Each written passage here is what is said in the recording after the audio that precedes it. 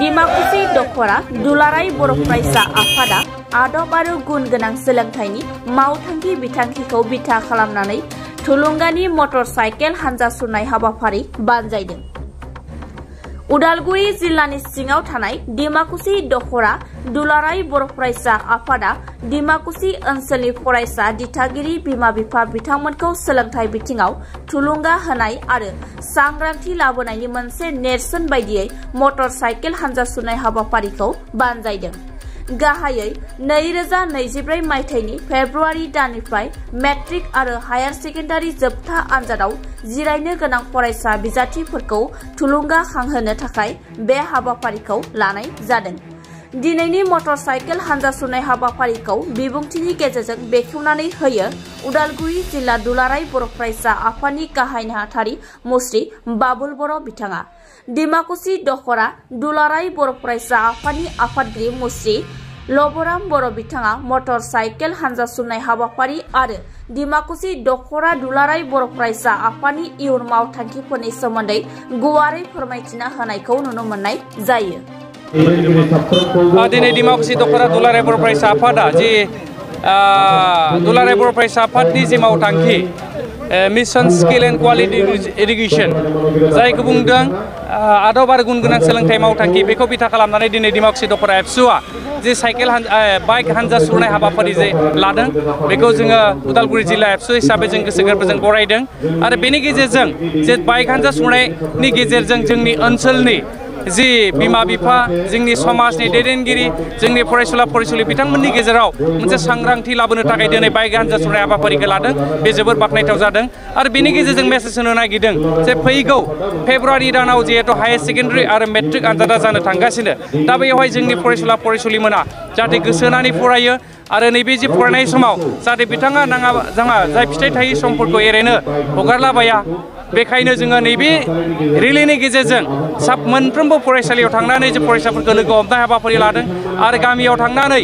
साफ्रोमबो दिथागिरि बिथांमोनखौ लोगो हमनाय हाबाफारि लादों आरो बेनि गेजेरजों सोलोंथाइ बिथिंनि सायाव सावरायबोगोन आरो सावरायनायनि गेजेरजों जोंनि गार्जेनफोरखौ दिथागिरि बिथांमोनखौ बोरैहाय गावनि गथ' गथायखौ जोथोन लानांगौ बोरैहाय खिखा दिखायाव जोंनि गथ' गथायखौ जोङो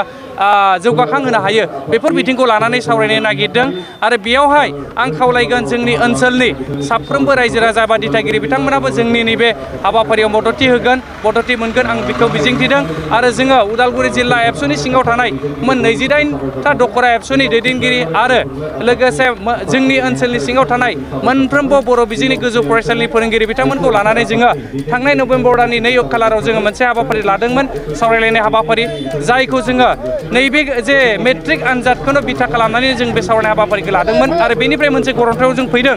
जे जोंनि बर' फरायसाफोर जेसेबांखिनि जोंनि गामि गफायाव थानाय बर' फरायसाफोर दङ मेट्रिक लिरनो गोनां बिथांमोननि न'खर न'खर थांनानै जोङो हम भिजिट खालामहैगोन आरो थांनानै जोंनि फरायसुला फरायसुलिफोरजों जोङो खौरां लाहैगोन खौरां लानायजों लोगोसे जोंनि दिथागिरिफोरखौ जोङो बोरैहाय सांग्रांथि खालामनो हायो बे बिथिंखौबो जों नोजोर होदों आरो फरायसुला फरायसुलिफ्रा माबाफोर आयदायाव जुदि लेकिंस उइक पइन्टफोर दङब्ला बेखौ जोङो नायसंनानै बोरैहाय जों फोसाबनो हायो बे फरायसाखौ जों बोरैहाय मोजां रिजाल्ट खालामनो हायो बिनि थाखाय जोङो खामानि रनसायनानै जोङो मावनो थाखाय जोङो हाबाफारि लादों आरो बेयावहाय जोङो ओनसोलनि दैदेनगिरिजों लोगोसे साफ्रोमबो मेलेमजिबि नोंथांमोन आरो रायजो राजा नोंथांमोननि जों मददथिखौ जोङो नोंथांमोननि नैबे चेनेलनि गेजेरजों जोङो मददथि मोनगोन होननानै जों मिजिंथिदों आरो खावलायदों जाहाथे बयबो जोंनि माहारि दानायनि थाखाय बा जोंनि गथ' गथायफोर बा फरायसुला फरायसुलिफोरखौ जेब्लासिम जोङो गुन गोनां सोलोंथाइ बा गोग्गो सोलोंथाइ जों लाहोनो हाया अब्लासिम जोंनि माहारिया गोजौ फारसे दावखोनाय नङा जों बेखौ दाथियै बुंनो हायो। बेखायनो बुहुमाव जोङो बर' माहारिखौ गेरेमसा माहारि फसंनांगौब्ला जोंनि खिक्खा दिक्षाखौ जेब्लायबो जोङो गोजौ फारसे फसंग्रोनांगोन। दा बेखायनो जोंनि साफ्रोमबो फरायसुला फरायसुलिफोरखौ गोग्गो सोलोंथाइ लानायाव बयबो बाहागो लागोन। जोंनि समाजनि दैदेनगिरि धोरोमगुरु बिथांमोन आरो बेनिफ्राय दिथागिरि बिथांमोन आरो जोंनि फंबाय बिनानाव फरायसुला फरायसुलिमोना जाहाथे लेखा फरा फरायनायाव गोसो होयो आं बेखौनो नोंथांमोननि चेनेलनि गेजेरजों खावलायबाय। Thank you. डिमाकुसि दखरा एबसुआल' हारसिङै लादों नाथाय जिल्ला हिसाबै मानो लागोन बेनि सायाव मा बुंगोन? नङा जोङो दुलाराय बर' फरायसा आफाद हिसाबै जिहेतु नैबे आदब आरो गुन गोनां सोलोंथाइ जि मावथांखि लाबाय बेखौ बिथा खालामनानै जि लादों दिनै डिमाकुसि दखराया मोनसे आलादा भाबै जि बाइक हानजा सुरनाय हाबाफारि लादों। बबेबा दखराया साइकेल हानजा सुरनाय लादों बबेबा दखराया मोनफ्रोमबो गामि गामि थांनानै जि हाबाफारि लादों दस्रा हाबाफारि लादों नाथाय थांखिया मोनसेयानो जे जोङो जोंनि सोलोंथाइ बिथिंखौ बोरैहाय जों जौगानो हायो जोंनि गथ' गथायफोरखौ बोरैहाय जोङो गुन गोनां सोलोंथाइ लाहोनो हायो थांखिया मोनसेयानो खिन्थु सोरबा साइकेल हानजा सुरनो हागौ सोरबा बाइक हानजा सुरनो हागौ सोरबा आथिंजों थाबायनानै हानजा सुरनो हागौ नाथाय जोंनि थांखि उद्देश्यआ मोनसेयानो जोंनि साफ्रोमबो बर' फरायसाफोरखौ गुन गोनां सोलोंथाइ लाहोनाय थैंक यू फुंबिलिनि गोजोन हामलायनाय जासिहरग्रोनाय जाबाय जोङो डिमाकुसि दख'रा बर' फरायसा आफादनिफ्राय दिनै सानसेनि हाबाफारि बाइक हानजा सुरनाय हाबाफारि लानाय जादों आरो बिनि गाहाय उद्देश्यआनो जाबाय थांखियानो जाबाय जे डिमाकुसि ओनसोलाव जेसेबांखिनि 2024 मायथाइयाव मेट्रिक आरो हायार सेकेन्डारि आनजाद लिरग्रा दङ फाइनाल एग्जाम लिरग्रा दा बिथांमोनखौ थुलुंगा होनो थाखाय बिथांमोननि थुलुंगा महरै गसंथेनो थाखाय आरो बिथांमोनखौ फैबाय थानाय जोबथा आनजादाव मोजां रिजाल्ट जाहाथे बिथांमोना लाबोनो हायो बिनि थाखाय थुलुंगा होनो दिनैनि बाइक हानजा सुरनाय हाबाफारिखौ जोङो लानाय जादों आरो बिनि गेजेरजों जोङो निस्सय फोथायो नैबे जोंनि सेथि हाबाफारि माने जागायजेननाय बाइक सालायनायनि गेजेरजों जोङो एसे एवारनेसखौ जोङो लाबोनो हागोन बेखौ जों फोथायदों बेनि उनाव साफ्रोमबो फरायसानि न'आव होम भिजिट जोङो खालामगोन फरायसाफोरजों रायलायगोन बिथांमोननि दिथागिरिफोरजों जोङो सावरायगोन बे जोङो हाबाफारिखौ नैथि खेबाव जोङो लानो सानदों नाथायब्ला बे हाबाफारिखौ होम भिजिटखौ जोङो दासिमबो लाबाय थादों खिन्थु बेखौ आरोबाव कन्टिनिउ खालामगोन आनजाद मोननायसिम बेखौ जोङो साननाय जादों आरो बिनि उनाव फरायसाफोरनि बयनिख्रुइबो मोजांसिनखौ हास्थायनानैनो फैबाय थानाय डिसेम्बरनि जोबनायथिं आरो जानुवारिनि जागायनायथिं जोङो आथिंजों हानजा सुरनाय हाबाफारिबो जोङो लानो सानदों दा बेखायनो बेफोर गासैबो जि जोंनि हाबाफारि बियो फरायसाफोरनि मोजां इयुनखौ हास्थायनानैनो फरायसाफोरनि मोजां फिथाइखौ हास्थायनानैनो जोङो बे हाबाफारिखौ लानाय जादों थारैनो बाइक रेलि हानजा सुरनायजों फरायसाफोरा थारैनो देरहासारनो हागोन ना बाइक रेलि बाइक सालायनायनि गेजेरजों फरायसाफोरा जे मोजां रिजाल्ट लाबोगोन बेखौ जोंबो माने 100% जागोन बेखौ बुंनो हाया नाथाय नैबे हानजा सुरनाया फरायसाफोरनि माइन्डआव एसेब्लाबो स्ट्राइक खालामगोन बिथांमोनखौ एसे सांग्रां खालामगोन बिथांमोनखौ एसे थुलुंगा होगोन जे फरायसालियाव फोरोंगिरिफोरा गावसोरनि जिखिनि एफर्ट होनांगौ बेखौ फोरोंगिरिफोरा होयो बिमा बिफाफोरा सानफ्रोमबो बुङो जे मोजां फराय मोजां रिजाल्ट लाबो दा बिसोरो नैबेखौ रियेलाइज खालामनो हागोन जे बायजोआवबो न'खरनि आरो फरायसालिनि बायजोआवबो बिसोरनि मोजांखौ हास्थायग्रा गोबां माने बिदि आफादफोर दङ बिदि सुबुंफोर दङ जायानोखि बिथांमोननि मोजां रिजाल्टखौ हास्थायो दा बेखायनो नैबे बाइक हानजा सुरनाया बिथांमोननि माइन्डआव स्ट्राइक खालामगोन बिथांमोनखौ रियेलाइज खालामनो बाध्य खालामगोन होननानै जोङो फोथायो दिनै जोङो 50था बाइक टारगेट खालामदोंमोन नाथाय बिनि एसे बांबाय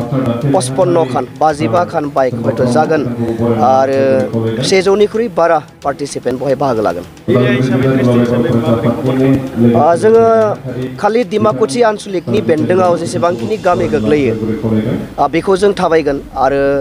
जिखिनि हाई स्कुल हायार सेकेन्डारि स्कुलफोर दङ डिमाकुसि आनसलिकनि सिङाव बै स्कुलफोराव जोङो हाबलांनानै फरायसाफोरजों जोङो इन्टारेक्सन खालामलांगोन 10 मिनिट 15 मिनिटनि थाखाय जायफोरा OHS बा HSLC एग्जाम लिरगोन बिथांमोननि फरायसानि बिमा बिफाफोरखौ मा बुंनो खावलायो जोङो बिथांमोनखौ बेखौनो खावलायो दिनै फरायसाफोरखौ उदाङै हगारनो नाङा जोंनि बांसिन बिमा बिफायानो न'खरनि खामानि बा थाखा फैसा आरजिनाय बेयाव बेस्थ' जानानै थायो मालाबा गावनि गथ'खौ जेसेबांखिनि जोथोन लानांगौ बेखिनिखौ हागौआ मोनाबिलि समाव न'खराव हाबफैनाय गथ'खौ एसे नोजोर होनांगौ बबा गिदिंदों सोरबायदि लोगोफोरजों गिदिंदों दा बेफोरखौ जुदि नोजोर होयोब्ला निस्सय साफ्रोमबो गथ'आ साफ्रोमबो फरायसाया बिमा बिफानि बेन्दोङाव थागोन जोङो बेखौ खावलायदों बिमा बिफाखौ जोङो नुबोबाय थादों मोनबोबाय थादों जे जोंनि बिमा बिफाफोरा गावनि गथ'फोरखौ बांसिन उदाङै हगारनायनि थाखाय लास्टआव बिमा बिफानि खोथा मानियै गामिनि गेदेर गोलावनि खोथा मानियै बेफोरबायदिया जादों दा बेखायनो जोङो बेखिनिखौ नोजोर लाखिनो खावलायबाय आरो